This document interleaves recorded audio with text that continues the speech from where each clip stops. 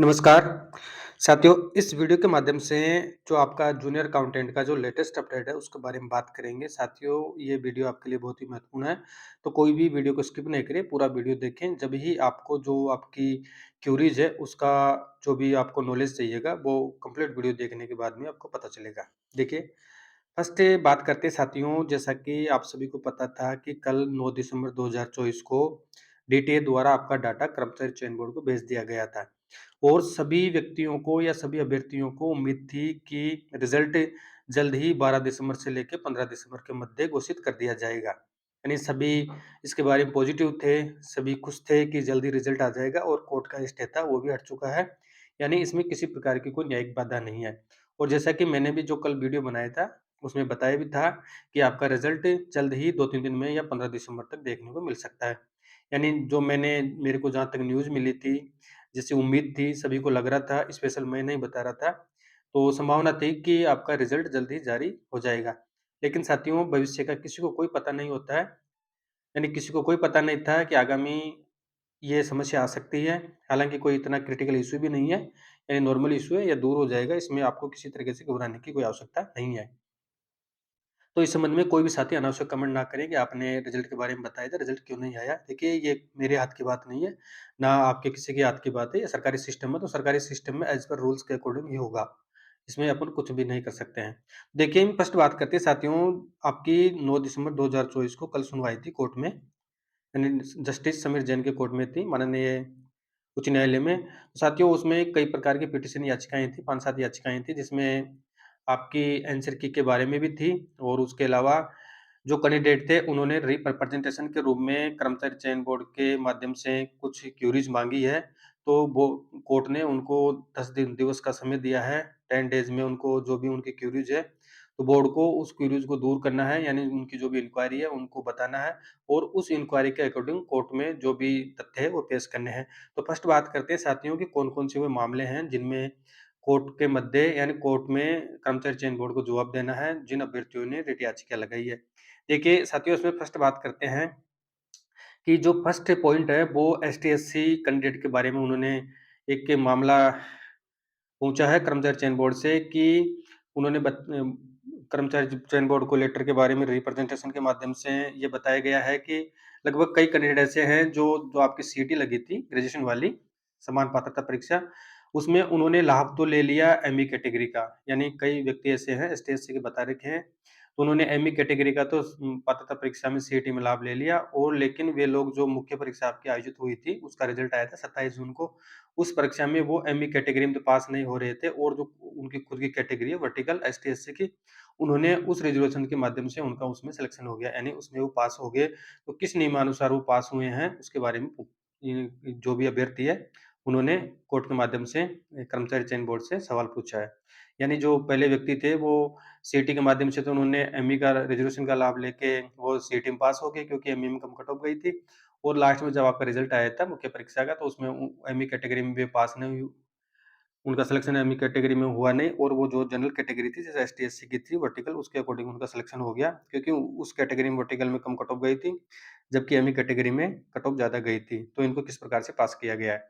Second उनकी queries है कि जो सीईटी की जो नोटिफ़िकेशन जारी किया गया 2022 में सरकार द्वारा, उसमें एक रूल था कि जो भी कोई भी कैटेगरी हो, अगर उसमें फुलफिल कैंडिडेट नहीं मिलते हैं, सफिशिएंट कैंडिडेट नहीं मिलते हैं, तो उस संबंध में उस भर्ती को पूरा करने हेतु यानी सीटों को भरने हेतु सामान्य प्रक्रिया के माध्यम से भर्ती को पूरा किया जाए। सामान्य प्रक्रिया बोले तो जो जनरल के कैंडिडेट हैं, यानी जनरल के कैंडिडेट से जो सीटें जैसे जो भी रिजर्व्ड सीटें हैं, अगर उनको भरें, अगर वो फिल नहीं हो पा रही है प्रॉपर कैटेगरी से, तो उनको जनरल जनरल कैंडिडेट के माध्यम से उनको भरा जाए, ठीक है।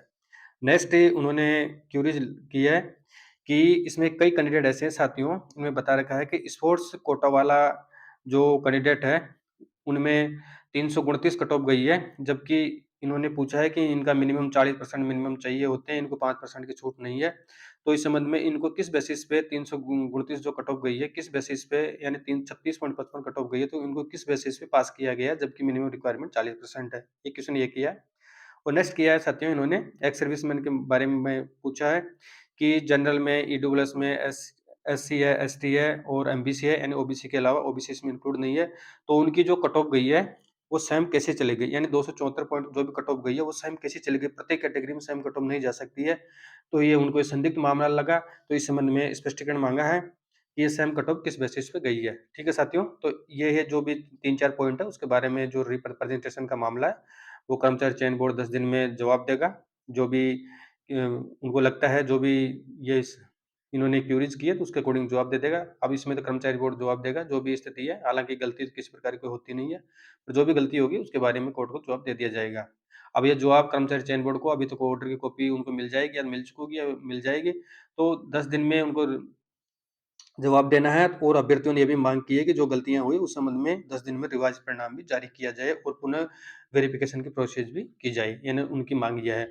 तो इस संबंध में कर्मचारी चयन बोर्ड इस चीजों को जांच करेगा। जांच करने के पश्चात में ही आगामी स्टेप प्रक्रिया अपनाई जाएगी। अब देखते हैं, भविष्य की बात है। और नेक्स्ट बात है, एक आंसर की वाला मामला है साथियों। तो आंसर की, अगर आंसर की वाला मामला है, देखिए इसमें आंसर की में तो अभी जो भी होगा, पहले कोर्ट के आदेश देता है, उस कोर्ट के आदेश के अकॉर्डिंग आंसर की के लिए एक्सपर्ट कमेटी बैठेगी। एक्सपर्ट कमेटी क्या निर्णय लेती है, कौन-कौन से क्वेश्चन को डिलीट करना है, किसको सही करना है, किसका ऑप्शन चेंज करना है।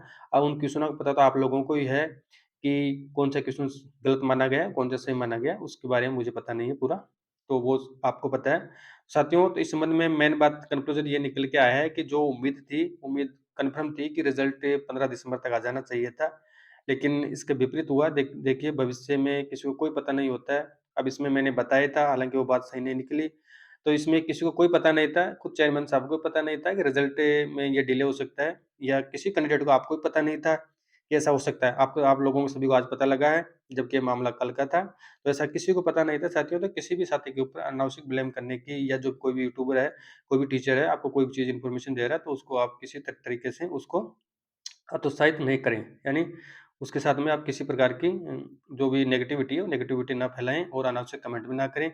जो नॉलेज होती है, वो नॉलेज हमने प्रोवाइड करवा दी थी। अब इसको किसी को पता नहीं भविष्य का, अब आगामी पता नहीं आगे क्या हो जाए। लेकिन साथियों, संभावना यह है कि ये 2 क्यूरीज़ है, इन क्यूरीज़ का कर्मचारी चयन बोर्ड समाधान करेगा। समाधान करने के पश्चात में देखिए कोर्ट में क्या होता है। अब वो माननीय न्यायालय का मामला है, न्यायालय क्या डिसीज़न देता है, उसके अकॉर्डिंग काम होगा। हालाँकि इस भर्ती में आपका कोई स्टे तो आया नहीं, स्टे तो है नहीं इसमें। तो इसमें साथियों, अब नेक्स्ट बात करते हैं कि हमारी भर्ती के बारे में। देखिए साथियों, आंसर की के बारे में बात करें तो हमारी वैकेंसी का रिज़ल्ट 7 नवंबर 2016 को आया था। अब उस समय भी हमारे वैकेंसीज़ में भी आंसर की पे विवाद आ गया था, तो विवाद आने से भर्ती पे स्टे आ गया था। अब स्टे आने के बाद में वो वैकेंसी हमारी लगभग 8 महीने डिले हो गई थी। यानी वैकेंसी 8 महीने डिले हो गई थी, हमारे को पोस्टिंग जुलाई 17 में मिली थी, रिज़ल्ट आने के बाद में। तो ऐसा तो अभी आपके, ऐसा तो कोई इतना बड़ा कोई इश्यू है नहीं, तो ये नॉर्मल इश्यू है, दूर हो जाएगी, इसमें कोई डरने वाली बात है नहीं। तो साथियों, तो इस संबंध में जो हमारा स्टे आया था, तो हम भी काफ़ी निराश थे, वेट कर रहे थे, कब जॉइनिंग मिलेगी, कब जॉइनिंग मिलेगी। एक बेरोज़गार की पीड़ा होती है कि उसे जल्द से जल्द नौकरी मिले, और ये सब चीज़ें हमारे हाथ की बात नहीं है। जो सरकारी सिस्टम होता है, एज़ पर रूल्स जो लीगली तरीके से काम होता है, वो काम किया जाता है। उसमें किसी प्रकार की कोई भी व्यक्ति दखल-अंदाज़ी नहीं कर सकता है। तो इस संबंध में हमारे को काफ़ी लेट पोस्टिंग मिली थी, हमने भी काफ़ी वेट किया था आंसर की के बारे में। तो इस संबंध में साथियों, आंसर की के देखिए ऐसा मामला है। अब कई साथी ऐसे हैं, जैसे मान के चलो आंसर की चेंज होती है, तो इसमें कई साथी ऐसे भी होंगे, आउट भी होंगे। जब जब आपका रिवाइज़ रिज़ल्ट आएगा, तो उस संबंध में कई साथियों के नंबर इंक्रीज़ भी होंगे, कई के डिक्रीज़ भी होंगे। तो हो सकता है जिनके डिक्रीज़ नंबर होंगे, वो साथी पुनः कोर्ट में चला जाएगा। तो ऐसे तो ये भर्ती प्रक्रिया पेंडिंग रहेगी। ठीक है? तो इस संबंध में साथियों, मेन बात ये है कि जो भी आपका कर्मचारी चयन बोर्ड के चेयरमैन साहब हैं, आपका जो भी डेलीगेशन है, कर्मचारी चयन बोर्ड के साहब के, अब जो ऑफिस है, उसमें आप, आपका जो डेलीगेशन है, वो उनसे मिले, पोलाइटली रिक्वेस्ट करें। उनको बोले कि सर, जो ये वैकेंसी है काफ़ी डिले है, तो इस पे आप थोड़ा-सा इसको त्वरित रूप से, जो भी प्रक्रिया है, उस प्रक्रिया को पूरा करके आप इसको कंप्लीट करवाएँ और फाइनल रिजल्ट जारी करने का प्रयास करें, ताकि हमारे को नियुक्ति मिल सके। तो इस संबंध में आपका जो भी डेलीगेशन है, पोलाइटली या निवेदन के साथ में, यानी आपको बिल्कुल ही पोलाइट रूप में उनसे रिक्वेस्ट करना है और उनसे मिलना है। और इसके अलावा आपके जो भी सरकार के जो भी ऑफिसर्स हैं, एसीएस सर हैं, उनसे आप मिल सकते हैं इस बारे में, ताकि आपका समस्या का समाधान उसके माध्यम से हो सकता है। तो आप कोशिश करेंगे, तो आपका समाधान हो सकता है। आप इस संबंध में, आपका जो भी डेलीगेशन है साथियों, वो डेलीगेशन कर्मचारी चयन बोर्ड के चेयरमैन साहब से मिले, डीटीए के डायरेक्टर साहब से मिले। हालाँकि इसमें डीटीए का कोई काम पेंडिंग है नहीं, लेकिन डीटीए के माध्यम से भी आप वो उस काम को करने के लिए उनसे मिल सकते हैं। और जो भी सरकार के आपके जो भी मंत्री है, जैसे फाइनेंस मिनिस्टर है, तो फाइनेंस मिनिस्टर से आप मिल सकते हैं क्योंकि डिपार्टमेंट के सर्वेसर्वा वही है। तो उनसे निवेदन करके जो भी आपकी क्वेरीज़ है, जो समस्या है, उनको अवगत करवाएँ और उनको बताएँ कि ये वैकेंसी काफ़ी डिले है, ऑलरेडी बहुत लेट हो चुकी है और जो बेरोज़गार हैं, उनकी माँगों को पूरा किया जाए और उनको जल्द से जल्द नियुक्ति दी जाए। तो इस संबंध में आप सरकार से माँग करेंगे तो आपकी जो भी माँगें हैं, वो पूरी हो सकती है। सरकार से आप निवेदन करेंगे तो सरकार आपकी माँगों को ज़रूर पूरा करेगी। इस संबंध में सरकार बेरोज़गारों के साथ में कभी गलत नहीं होती है, उनके लिए अच्छा ही काम करती है। सरकार से मिलेंगे तो सरकार आपका काम ज़रूर करेगी। साथियों, अब ये देखो किसी को पता नहीं था कि ऐसा हो सकता है, ऐसा हो गया। रिज़ल्ट की उम्मीद पूरा क सभी लोग कर रहे थे, रिज़ल्ट जल्दी आ जाएगा। चलो कोई बात नहीं, इसमें कोई बड़ा इश्यू नहीं है, 10 दिन की और वेट कर लो। हालाँकि इस संबंध में कर्मचारी चयन बोर्ड के चेयरमैन साहब ने आलोक राज ने ट्वीट भी किया है कि हम रिज़ल्ट की प्रक्रिया 20 दिसंबर से लेके 30 दिसंबर के मध्य निकालेंगे। तो संभावना है आज 10 दिसंबर हो चुका है, लगभग 10 दिन की बात हो रहा है। तो इस संबंध में कर्मचारी चयन बोर्ड क्या करेगा साथियों, मेरे हिसाब से जैसे ही आपका जो ये मामला है, जो भी क्यूरीज़ आई है, उनका जवाब देगा कोर्ट में। और उसके अलावा जो भी उनकी प्रक्रिया है, वो प्रक्रिया वो समांतर रूप से चालू रखेंगे यानी रिज़ल्ट की प्रोसेस वो स्टार्ट कर देंगे और जैसे भी ये प्रक्रिया जो समाप्त होती है, तो तुरंत आपका रिज़ल्ट घोषित कर दिया जाएगा। यानी ऐसा नहीं है कि जैसे ये कोर्ट का मामला आ गया, तो आपका रिज़ल्ट की प्रक्रिया बिल्कुल ही बंद रहेगी, यानी रिज़ल्ट की प्रक्रिया तो वो चालू रखेंगे, उनके स्तर पे कार्य करते रहेंगे और आपका रिज़ल्ट है, अब 10 दिन का तो ये समय माँगा है, समय कंप्लीट होने के बाद में ही आपका रिज़ल्ट जारी होने की संभावना बनेगी। तो मान के चलो 20 से लेके 30 दिसंबर का उन्होंने टाइम दिया है, तो 25 दिसंबर तक कम से कम मान के चलो इससे पहले रिज़ल्ट आने की संभावना नहीं है। अब देखो मैं इस संबंध में आपको हतोत्साहित नहीं कर रहा हूँ, आपको मोटिव कर रहा हूँ कि देखिए किसी को कोई पता नहीं था कि ऐसा हो सकता है और आगामी आपको ही पता नहीं इस संबंध में आगामी और भी कोई इश्यू आ सकते हैं। पर यही अपन तो ये दुआ करते हैं कि आपका जो भी वैकेंसी है उसमें किसी प्रकार की आगामी बाधा नहीं आए और आपकी भर्ती है जल्द से जल्द पूरी हो। साथियों, आज की जो न्यूज़ थी उसके बारे में बात कर चुके हैं कि किस कारण से आपका रिज़ल्ट में डिले हो रहा है। एक तो फर्स्ट कारण तो जो इस भर्ती में जो भी कारण थे, जो इश्यूज़ हैं, उन इश्यूज़ को जो भी अभ्यर्थी याचिका करता है, वो याचिका लगाएँगे, कोर्ट में लगा चुके हैं और एप्लीकेशन के माध्यम से वो कर्मचारी चयन बोर्ड में देंगे, अपना अभ्यावेदन देंगे। उसके पश्चात में कर्मचारी चयन बोर्ड के चेयरमैन साहब उस पे विचार करेंगे।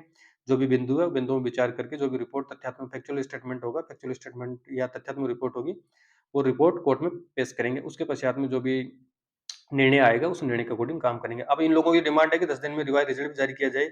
अब देखो ये तो भविष्य की बात है, सिचुएशन पे ऊपर डिपेंड करेगा रिवाइज़ रिज़ल्ट आएगा, नहीं आएगा। जहाँ तक मुझे नहीं लगता है कि रिज़ल्ट में किसी प्रकार की मिस्टेक हुई होगी। अगर मिस्टेक हुई भी होगी, हो सकती है, कह नहीं सकते, माइनर मिस्टेक हो सकती है। तो वो जब आपका फाइनल रिज़ल्ट आएगा उसमें उस मिस्टेक को दूर कर लिया जाएगा और फाइनल रिज़ल्ट में अगर मिस्टेक में कोई दूर नहीं हो पाती तो पुनः उसको दूर कर लिया जाता है। हालाँकि किसी प्रकार की मिस्टेक होती नहीं है, सब काम सिस्टमैटिक तरीके से किया जाता है सरकार द्वारा। तो सब तो साथियों, आज की यही न्यूज़ थी कि आपका रिज़ल्ट है वो संभावना थी, अब वो संभावना रिवर्स हो चुकी है, यानी रिज़ल्ट आपका अभी आएगा नहीं। कम से कम 25 दिसंबर मान के चलो। अब जैसा कि चेयरमैन साहब का ट्वीट है, चेयरमैन साहब भी अब उसके बारे में अपन कुछ कहना न्यायोचित नहीं है कि क्यों रिज़ल्ट जारी नहीं नहीं कर रहे हैं, क्या कारण है? वो कारण उनको ही पता है। एज़ पर रूल्स वो एज़ पर रूल्स काम करेंगे, जो भी रीज़न है। तो आपका जो भी डेलीगेशन है, उनसे आप मिल सकते हैं और जो आपकी समस्या है, वो समस्या उनको बता के जो भी सरकार से मिल के आप आपका जो डेलीगेशन है, आप लोग मिल सकते हैं और जो आपकी समस्या को बता के उनको सॉल्व आउट करा के आपके रिज़ल्ट की प्रक्रिया को आप स्टार्ट करवा सकते हैं। तो इस संबंध में आप सरकार से मिल सकते हैं। ठीक है साथियों? तो आज की जो न्यूज़ थी, मैं आपको बता चुका हूँ।